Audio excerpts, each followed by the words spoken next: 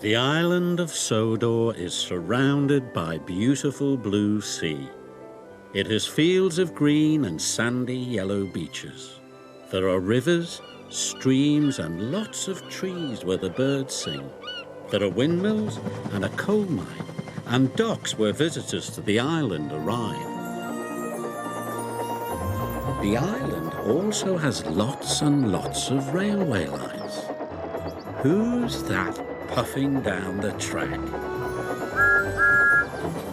It's Thomas. Hello, Thomas. Hello, everybody. Welcome to the island of Sodor.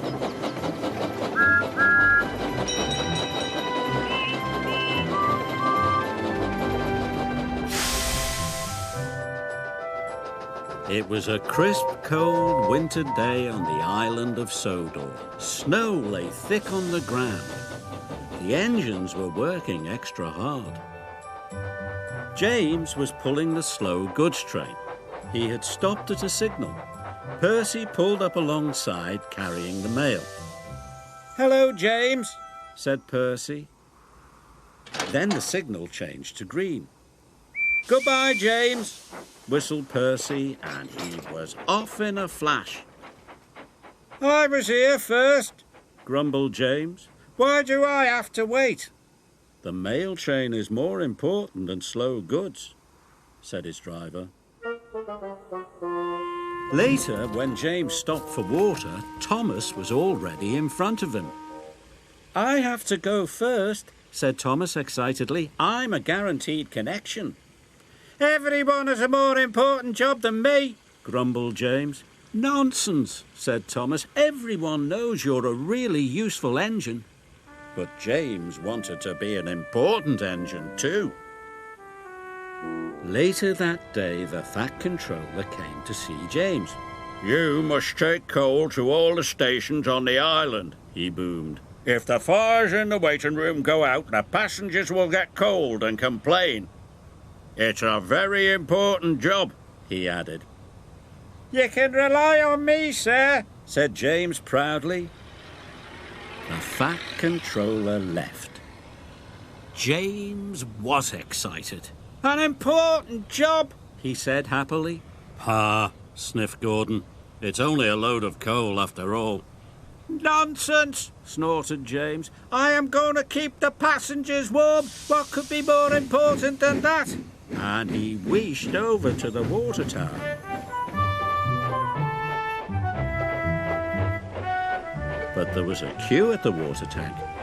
"Come on," he steamed impatiently. "I have an important job to do." "Wait your turn, bossy boiler," said Thomas. James felt too important to wait, so he didn't.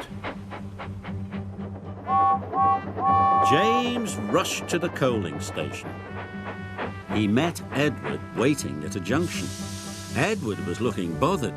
He had too many jobs and was feeling puffed out.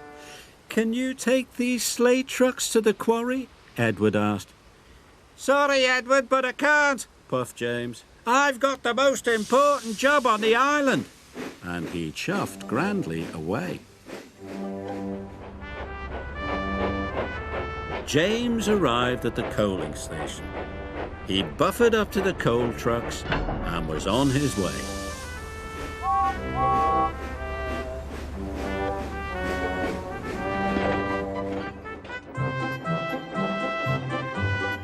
James was looking forward to delivering his coal. "Now I'm useful and important," he chuffed happily. Then there was trouble. James puffed harder and harder. He went faster and faster. Then he began to feel hotter and hotter. "I don't feel well," wailed James, and he had to stop.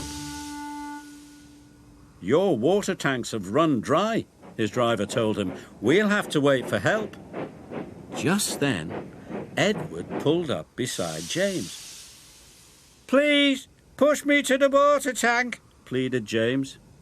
"I'm sorry," Edward puffed sadly. "You wouldn't take my trucks to the quarry, and now I'm running late with my passenger train."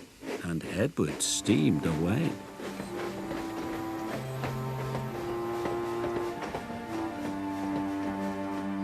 Edward stopped and told the signalman all about James. The signalman telephoned for help, and soon Salty was on his way. He pulled up alongside James. "Why didn't you fill up with water this morning, matey?" James told him about the queue at the water tank. "I've heard you were too busy to help Edward too," said Salty. "I was in a hurry," protested James. "Mine is the most important job on the island." "No job is more important than helping another engine," said Salty firmly.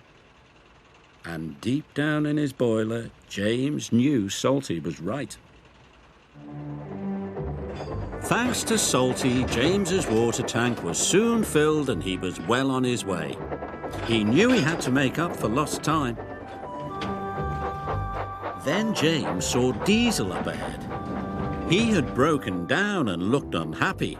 James wanted to tease him, but then he remembered what Salty had said. "No job is more important than helping another engine," he said to himself, "and even Diesel is an engine. Come on, Diesel, I'll push you back to the sheds."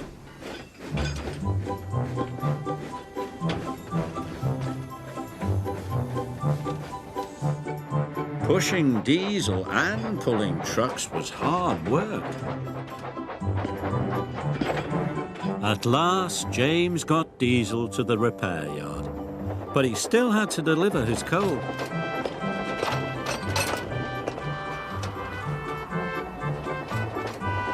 The wind blew, and it was getting colder by the minute. James steamed all over the island, delivering coal to the station waiting rooms. Everyone was pleased to see James.